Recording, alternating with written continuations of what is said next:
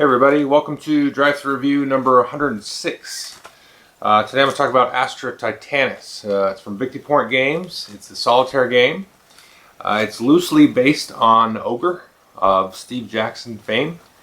Basically the idea is that there is a giant, humongously giant spaceship like the size of a moon or something traveling into your area of space, and you have to combat it with various different starships. And there'll be various scenarios. I believe there's 9 scenarios that come with the game.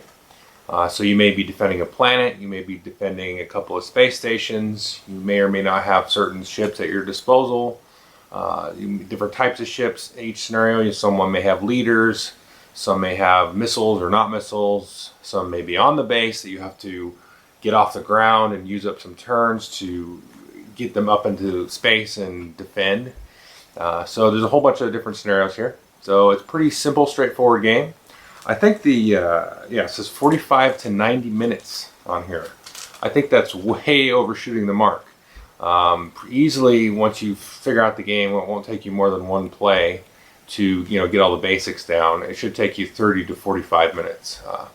So even the most advanced scenario, which I've done, I guess it's the most advanced scenario, it seems the most advanced scenario, it took me probably around 30 minutes, maybe a little bit more. So let me show you how it works and tell you more about it. Okay, so here's the map board here. I believe this is a picture of the actual space in the sky somewhere. I think I read that. So basically what you're going to do is you're going to have a Titan coming in from that side of the map over here somewhere. And if we zoom in a little bit here, we can see that there are certain spots on the board that you may or may not put. So the scenario will tell you where to put something. So I may put this space station here, this colony in that case, or a space station here, let's say on the L spot. And so you can see there it's got some hit points there on the target. So I'll put that there. And so the Titan is going to be coming in to kill that. And so based on the scenario, you will choose from one of these different Titans here. So you can see these all have a variety of weapons on them. So there's usually 3 weapons: spinal mount, primary beam, and defensive laser. You can see the amount of weapons that it will have of each of these. So it can fire it this many times. So at the start of the game, this particular Titan can fire the spinal mount 3 times, and the primary beam 4 times, defensive laser 8 times to start the game. You'll be tracking each of these with a little marker here. So as these take damage, this is going to drop down. And then once that covers the 8, it only has 7 times that it can fire it in a round. And then all the way down until you cannot fire it, or it cannot fire this anymore. Now the way that you win the game is by defeating the Titan and moving all of the markers down to the very right, as well as the movement marker here. So you've got to do a whole ton of damage to this. And part of the key to the game is figuring out when to shoot the weapons and do damage to the weapons to keep your ships from being killed, versus slowing it down to keep it from getting to its destination. Now sometimes it'll just have to ram into the destination and blow it out of the sky. So it won't take many turns for it to actually kill what it's trying to kill. So you'll really want to slow it down, whereas other times it may be firing weapons at its target, and so you kind of have to take your best guess there. Now each of these also has an Omega weapon that it will fire based on a card that may be drawn, and I'll explain that in a second. So it may fire that, and it's usually super deadly, and then it probably won't fire it for a while, and then it may reset that. So this is one of the Titans here, one of the simpler ones. This is my favorite one here. This is the last scenario. I believe this might be a bonus scenario. I didn't really say it came with the game, but it came with my copy, so lucky me. From what I can read, though, everybody gets this. So it comes with a little separate scenario here, and then a special Xeno-Titan that will infest different ships and cause all kinds of havoc. However, you get some sort of boarding parties. You can actually board the Titan. I'm not going to go into detail on this, so I don't want to make it too long, but this one is probably my favorite scenario because it gives you a lot more options and things, and it's just more fun. Now all these different Titans will be used in different scenarios, and you can get different types of ships. So there's a lot of variety here. So let's say that's where the target is, And then more often than not, you're going to roll a die and then place the Titan on any one of these spaces over here. You maybe can't see those markers, but it's going to start off on the left-hand side. Now sometimes you may actually have two Titans coming in, which is pretty dicey. Okay, so here you can see some of the ship counters that you're going to start with as the player. A few different types of ships. They all have the same kind of stats. So you can see here is the attack power on the left as well as the range. So it can attack within 3 of these little hexes here. And basically you're going to roll a die and add that attack power to it. And then in the middle here we have the defense, and this is the range here. So movement actually works a little bit differently, and I'll explain that here. But this is the jump range, so it can jump from one hex to another. Here you've got a capital ship. So if this ship gets hit once, you're going to flip it over and it's going to be vaporized. But a capital ship is going to be a little bit stronger usually, and then when you hit it, it's going to flip over and then its stats will be reduced. Also, you'll have these ships here that have these little pips up there. And these are the number of sort of missile caches that they can have. So if you put missiles on here, you'll just load 2 of these little tiny markers here with these little dice pips on there. And then you just put those on there, and then when you fire them, you just remove them. And then that's all they get for the whole game. So let me walk through a turn pretty quickly here. So I've got the Titan moving in here on the left, and just a couple of ships here, and then the objective there. Now the first thing you're going to do on your turn is figure out which one of your ships you want to jump or move. So you're going to mark these with these little jump markers here. So they aren't going to be able to fight this round, or they also won't be able to be attacked this round. So you're going to mark those. Let's say I wanted to jump those, get them a little bit closer to the Titan, maybe kind of flank it a little bit. And then I'm going to draw a card off this Titan deck. So I'll draw the card, I'll take a look at it, and this is going to tell me how the Titan is going to move. So it's going to move down twice, and then over once. So boom, boom. And then if it's a super fast Titan, it may move an extra space in the direction of this arrow. So it may move there. So you're going to want to keep your ships out of the path of the Titan, because if they get rammed, you're going to roll a die, and then based on the roll, it's going to get destroyed. And I believe only on a 1 will it not get destroyed. Now after you've drawn this and then move the Titan, you're going to be able to attack the Titan by anything that's in range. So if we take a look at this guy here, you can see he's got a range of 3. He maybe can't see that, but he's got an attack power of 2.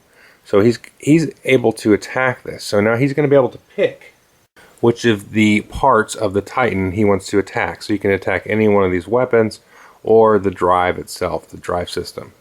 So you take a look at the defense value of each of the items. So there's a defense of 9 on there, 8, 7, and then the drive itself has a defense of 6. Now you can also see the attack value and the range of each of the weapons. So the Titan's defensive laser has an attack value of 2 with a range of 3.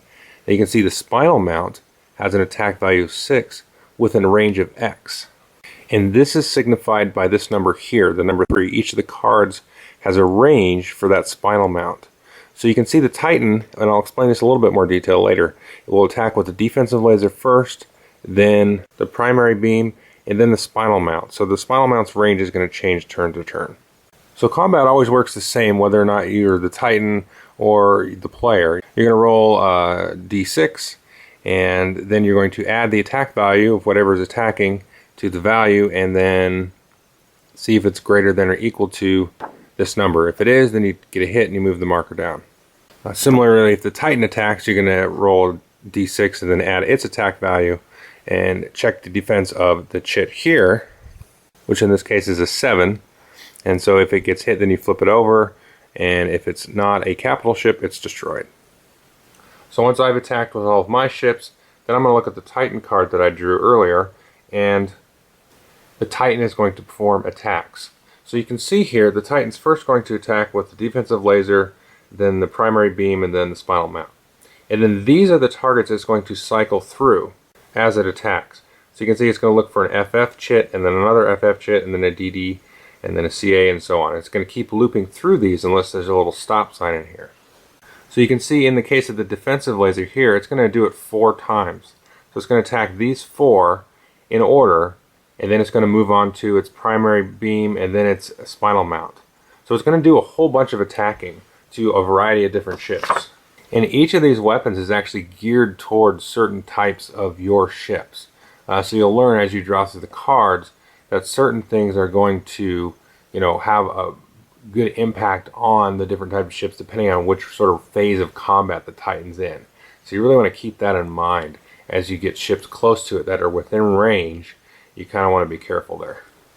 And after the Titan attacks, and then any ships with missiles on it can launch missiles.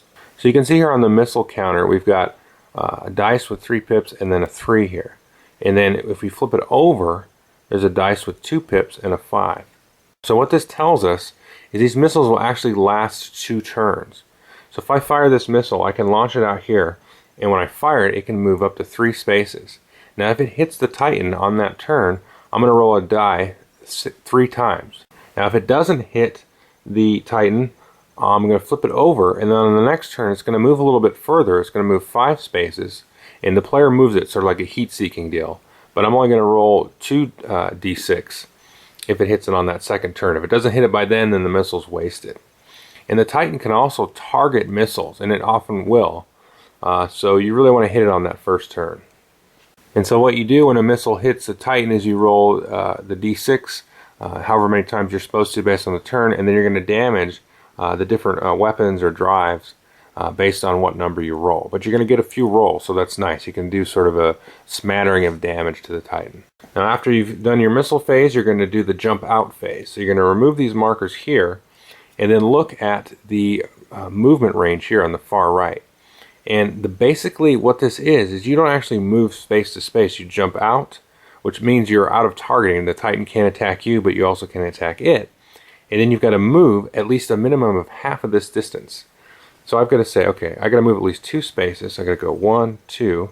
So I could pop out there, and then maybe get behind the Titan or get right in front of it, which would be pretty stupid. Or I can jump out 4 spaces. So if I was far away and I really wanted to jump up here, I'll jump in there. So you take off all of these jump markers, move these wherever you really want to move them, and then your movement is over. And that's pretty much it. You're going to pick which ships to move, draw the Titan card, do some battle, you first, and the Titan, do some missiles, and then pop out all your jumpers, and then keep going until either you blow up the Titan or it blows up one of your things. Okay, hope you enjoyed the overview. This is a really quick sort of smash and grab type of game. Like I said, it actually plays quicker than the package says.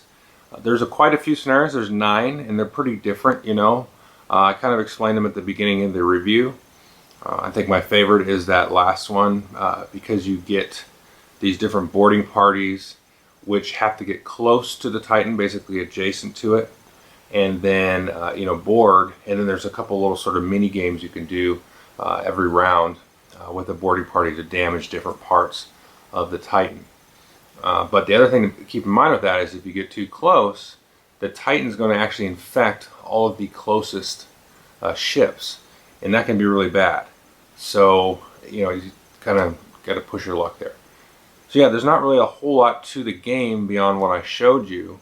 There's just a lot of fun little things you can do. You could probably just get it and play through all 9 scenarios, play through a couple of them a few times, and then I think you got your money's worth. This is kind of nice. It kind of reminds me of the very first Ogre, I guess, when it came in a little Ziploc bag similar to this one. But it's fun solitaire. It seems pretty well balanced. I've had games where the Titan's done me in pretty quickly, and then I've had other games where it's kind of gotten down the wire. He's gotten kind of close to his target, and I've been able to take him out without any real kind of doubt towards the end of the game. So it's fun. It's quick, easy to set up. You just set up everything where they are, and then you just start playing, drawing cards, and then it's really fast. It doesn't take very long to play at all. So I would say if anybody is sort of fiending for an Ogre type experience, doesn't have Ogre, is waiting for Ogre to come out or whatever, whenever you watch this video, then this is good. It's an affordable way to get into this kind of experience. So thanks.